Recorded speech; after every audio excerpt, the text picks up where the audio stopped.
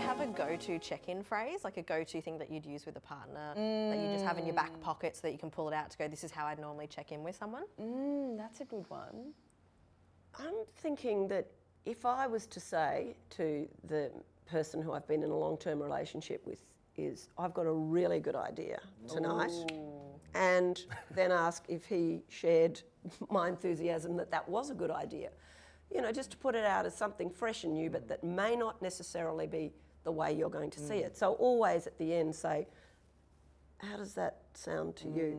Like you have literally asked the question at the end of your description of how the night or the event may turn out, and just then, what do you think? How does that feel to you? And I think people need to realise that it doesn't have to be a awkward, unsexy thing. Like, let's put consensual phrases in with our dirty talk. Like, it can be something like that? Like, I love what I'm doing to you, or like, your body looks like this right now, and I love how it's looking. You know, is this good for you? Like, are you enjoying this? Do you want me to try something else? Putting it sandwiched in with something that's really sexy.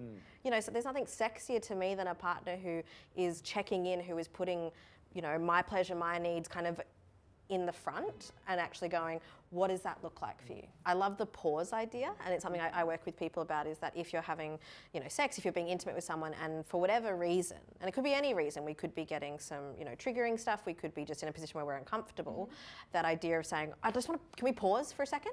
And pause and go, oh, I just need 5 minutes, or actually I need a drink of water, or can you move your leg? Because actually everything just needs to shift a little bit without maybe saying necessarily this idea of stop, because that can be really jarring, and everyone can go, oh no, everything has to stop now, and it can be really difficult for people to get back into a sexual experience. How do you reckon is the best way to go about saying, actually, this is my boundary? Or, you know, I'm not necessarily even, I don't like that, but I don't even know if I do like it, or I haven't done that before. Where do you kind of go from there? How do you initiate those conversations? I think it comes to the point that we also need, when we're speaking to young people, to consent is not a single question. Yes. It gets asked or spoken about, not like a contract, not permission, yes, no, but discussed the entire way through.